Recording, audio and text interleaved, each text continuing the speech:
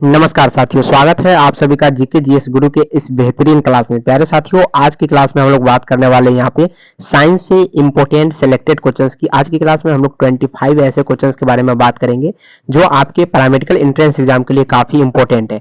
चलिए स्टार्ट करते हैं आज की क्लास को। प्रीवियस जो भी क्लास आप लोगों ने नहीं देखा है, जल्दी जाके फटाफट से एक बार देख लीजिएगा। 5 मिनट में लगभग हर एक वीडियो में 25 क्वेश्चंस कराए गए हैं जो आपके एग्जाम के लिए काफी ज्यादा इंपॉर्टेंट होने वाला है। आज की क्लास को करते हैं स्टार्ट। चैनल पर नए हैं तो लाइक सब्सक्राइब शेयर और फटाफट से अपने भाई बहन दोस्तों को पास शेयर जरूर कीजिएगा। जितने भी ग्रुप है सभी में बिल्कुल भी शेयर करना ना भूले। तो पहला नंबर सवाल है और काफी इंपॉर्टेंट है। 5 मिनट में 25 क्वेश्चंस को सॉल्व करने का प्रयास करते हैं। तो कोशिका विभाजन में मदद करने वाला पादप हार्मोन के नाम पूछा गया। याद रखिएगा, साइटोकाइनिन जो होता है ये क्या करता है? कोशिका विभाजन करता है। साइटो शब्द ही कहां से आया है? कोशिका से आया है, सेल से आया है। याद रखिएगा, यानी साइटोकाइनिन जो होता है ये क्या करता है प्यारे साथियों? कोशिका विभाजन में मदद करने वाला क्या है? हार्मोन होता है। दूसरा नंबर सवाल आपकी स्क्रीन के सामने है कि ईमेल का जन्मदाता किसे माना जाता है? जी हाँ दोस्तों, ईमेल का जन्मदाता के बारे में आपसे पूछा जा रहा है कि किसे माना जाता है। बिल गेट्स को, टिमोथी विल को, लिंकन, गुलिवर्ट्स को या रे टॉमलिंसन को? प्यारे साथियों याद रखिएगा, ईमेल का जो जन्मदाता है ये क्या है? ऑप्शन नंबर डी बिल्कुल राइट होगा। ऑप्शन नंबर डी को यहाँ पे याद रखिएगा। तीसरा नंबर सवाल है कि रासायनिक दृष्टि से सिंदूर क्या है? तो ये एक प्रकार का मर्क्यूरिक सल्फाइड होता है। रासायनिक दृष्टि से सिंदूर क्या होता है? एक प्रकार का मर्क्यूरिक सल्फाइड होता है। 4 नंबर सवाल है कि कार्बनिक यौगिक को रासायनिक गुण प्रदान करने वाला समूह कहलाता है।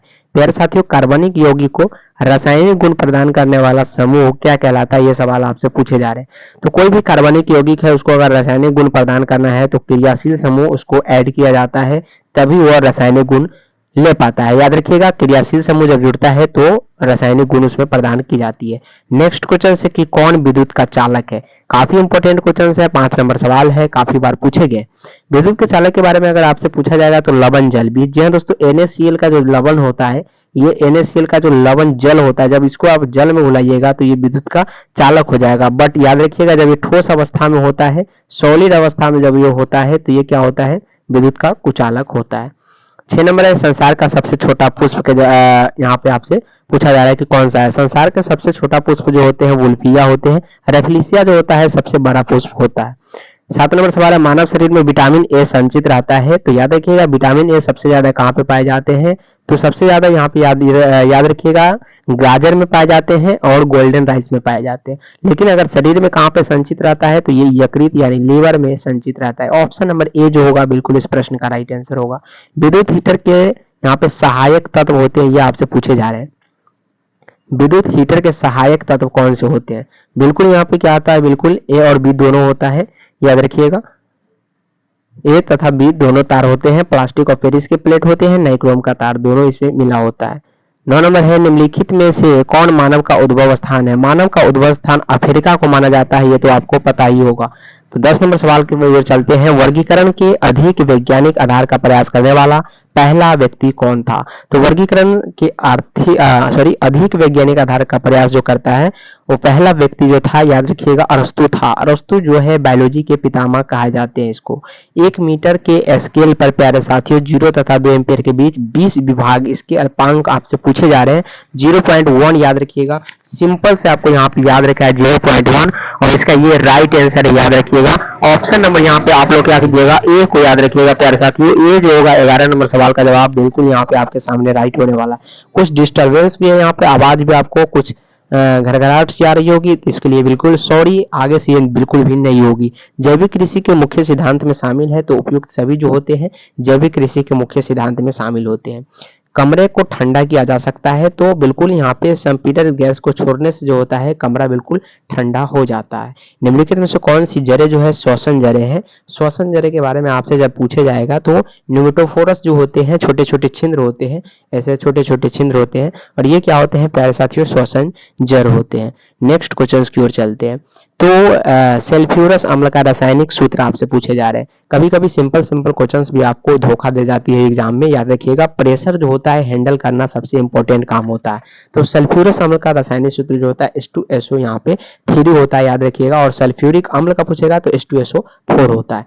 नेक्स्ट क्वेश्चन, पृथ्वी के वायुमंडल में ऑक्सीजन गैस की मात्रा कितनी होती है? वायुमंडल में अगर आपसे पूछा जाएगा ऑक्सीजन गैस की मात्रा तो 21% होती है, नाइट्रोजन की सबसे ज्यादा होती है, ये भी आपको जरूर याद रखना है। निम्नलिखित में से कौन त्वरण का मात्रक नहीं हो सकता है? प्यारे साथियों, त्वरण का मात्रक कौन नहीं हो सकता, ये सवाल आपसे पूछे जा रहे हैं। तो ये जो होता है किलोमीटर में बिल्कुल भी नहीं हो सकता, किलोमीटर पर सेकेंड नहीं होता, किलोमीटर पर सेकेंड स्क्वायर हो सकता है, याद रखिएगा। लेकिन ऑप्शन नंबर यहाँ पे सी जो होगा बिल्कुल यहाँ पे नहीं होगा मात्रक, कौन सा?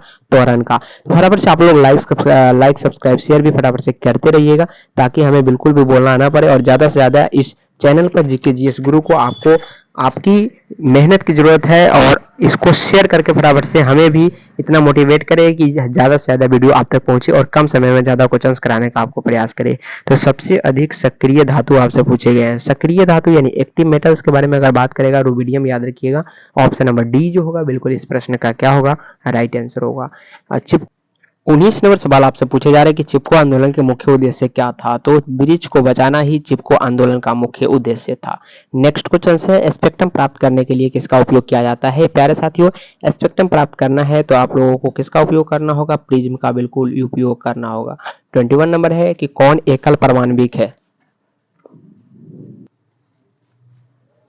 तो एकल परमाणविक के बारे में बात किया जा रहा है। हीलियम जो होता है हमेशा एकल परमाणविक होता है, याद रखिएगा। नेक्स्ट क्वेश्चन से, पृथ्वी पर गुरुत्वीय त्वरण का मान कितना होता है? तो भूमध्य रेखा पर सबसे कम होता है, ये तो आपको पता ही होगा। फटाफट से चलते हैं। 23 नंबर है कि घरेलू विद्युत परिपथ में जो होता है उदासीन तार का रंग कैसा होता है? काला होता है। और सेकेंड लास्ट क्वेश्चन से, रेटिना प्रकाश को परिवर्तित करता है, तो ये विद्युत सिग्नल में इसमें परिवर्तित करता है। 25 नंबर और आज का लास्ट क्वेश्चन है, डिस्टर्बेंस भी ज्यादा है, इसलिए हम 25 क्वेश्चंस को कम समय में और ज्यादा सॉल्व करने का प्रयास कर रहे हैं। निम्नलिखित में से किस द्रव का जो समीकरण दर सर्वाधिक है, ये आपसे पूछे जा रहे हैं प्यारे साथियों। किस द्रव का यहाँ पे वाष्पीकरण दर सर्वाधिक है? तो पेट्रोल का होता है। 25 क्वेश्चन है, उम्मीद है कि 5 मिनट के अंदर सॉल्व हो गया होगा। मिलते हैं फिर से नेक्स्ट क्लास में, तब तक के लिए जय हिंद जय भारत। वीडियो को लाइक शेयर सब्सक्राइब करना बिल्कुल भी ना भूले। तब तक के लिए बहुत बहुत धन्यवाद।